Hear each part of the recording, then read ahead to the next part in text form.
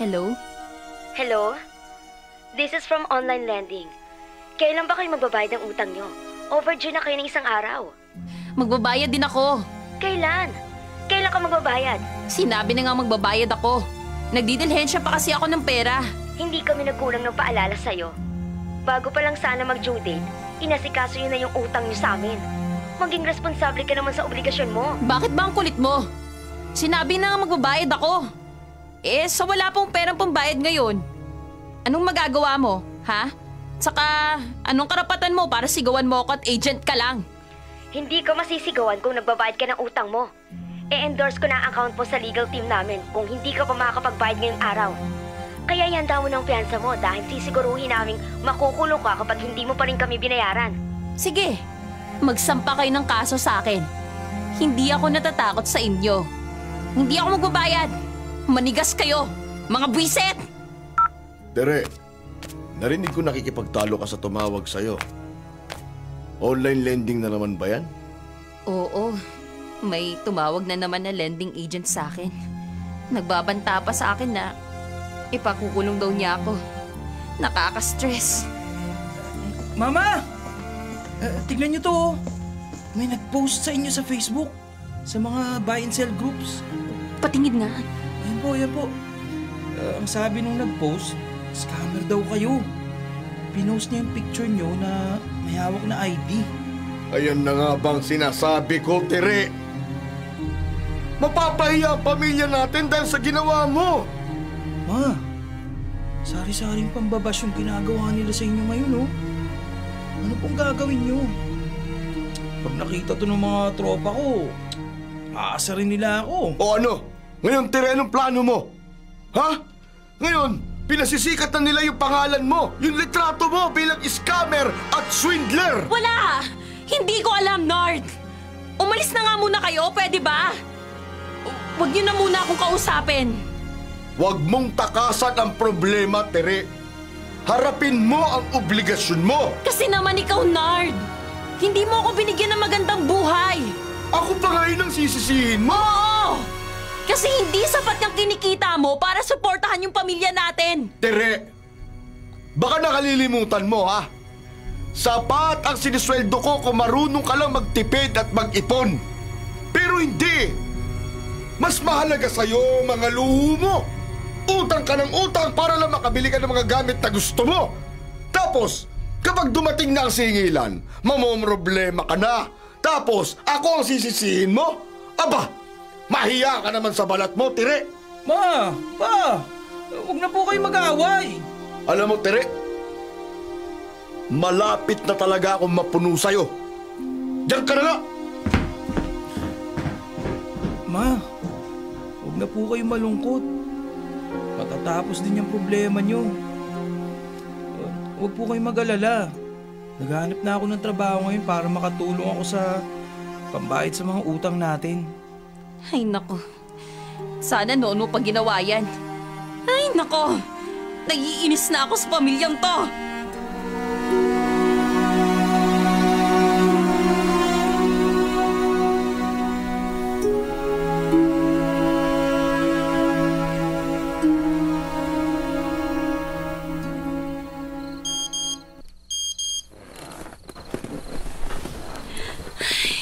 Nakakainis! Nakakainis! Tere naman, hindi ka ba matutulog? Galit ka na naman. Sino ba yung nag-text sa'yo? Ito, naka-receive na ako ng text mula sa isang ahente ng online lending. Pinagbabantaan na niya ang buhay ko. Eto, basahin mo. Patingin nga ako. Nakailang ulit na kaming nagpaalala sa'yo kaso wala ka talagang balak na magbayad ng mga pagkakautang.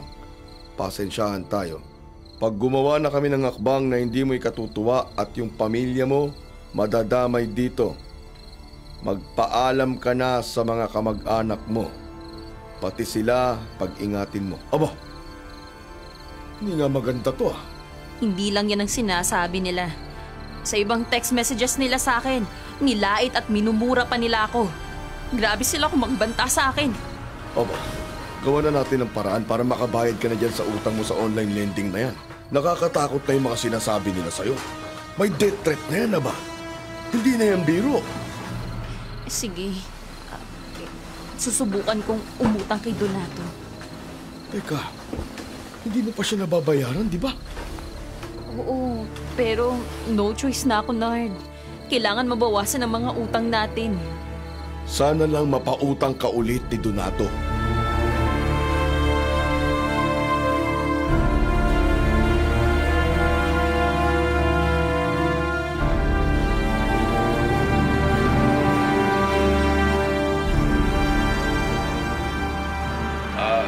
Hello, Tere. Donato, pasensya ka na kung naistorbo pa kita. Eto, kakapalan ko ulit ang mukha ko. Kailangan ko ulit ng tulong mo. Uutang ka ba ulit? Kasi kung utang, pasensya ka na. Di na kita matutulungan sa ngayon. Nagkaroon ako ng problema sa trabaho eh. Medyo delayed na sweldo. Eto nga, problema din ako kasi hindi ko alam kung saan kukuha ng panggastos. Ayoko namang singilin ka sa utang mo sa akin kasi alam ko rin na wala kang pera. Ganun ba? Ay, akala ko pa naman matutulungan mo ko. Pasensya ka na talaga, Tere. Siguro sa susunod na lang kapag bumalik na ako sa dati. Pero sa ngayon talaga wala akong maibibigay sa'yo. Naiintindihan ko, Donato. Sige, salamat na lang. Paano nga makakabayad ang isang taong lubog na talaga sa utang? E di utang pa more. Utang siya para mabayaran ng mga utang. At eto nga, kung akala ni Tere na safe na siya dahil tumakas sila pa Pampanga, meron siyang matatanggap na sabihin natin ay flowers for you, my dear. Anong klaseng flowers yan? Malalaman po natin sa pagtatapos po ng ating kwentong pinamagatang Hello, Mustang!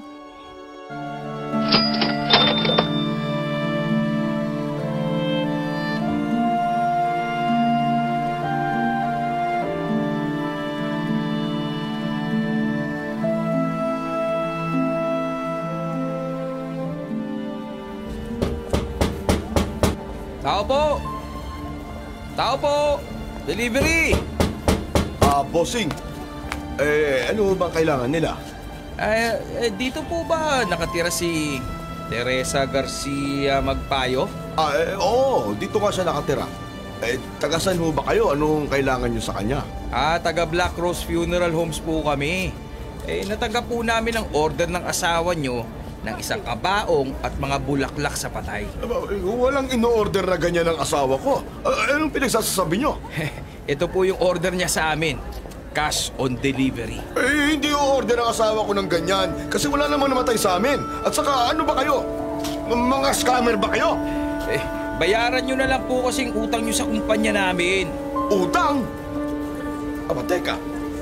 Taga-online lending ba kayo? At ano tong kabaong at mga bulaklak na patay na pinadala nyo? Pinagbabantayan nyo ba ang buhay namin? Para hindi po kayo maperwisyo, bayaran nyo na lang ang utang nyo. Lumayas ka kayo rito! Baka gusto nyong ipapulis ko pa kayo! Baka hayop kayo! Kayong hayop, sir! Kasi hindi kayo nagbabayad ng mga utang nyo! Babalik po kami rito para maningil! Hindi kayo aalis? Mga lintik kayo Umalis kayo! Mga buwisit! Kung ayaw nyong pagtatagain ko kayo! Layas!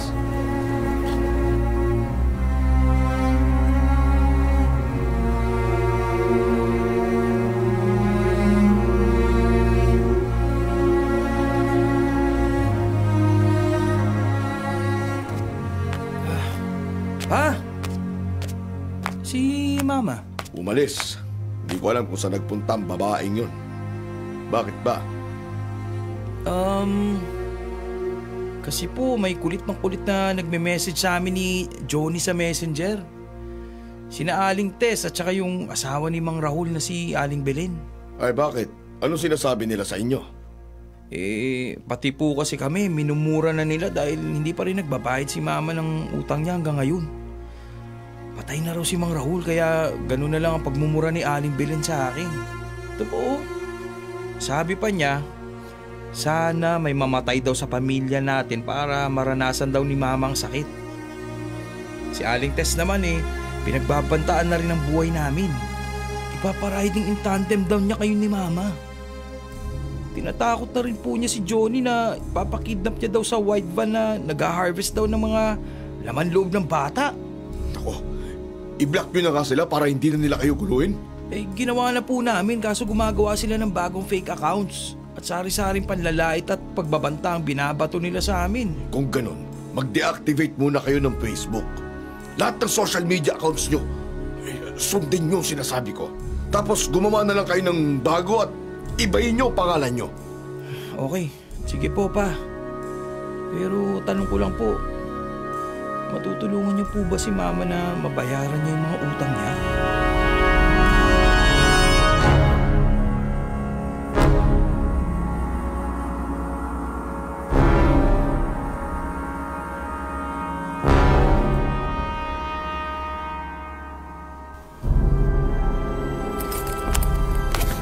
Ginagawa mo?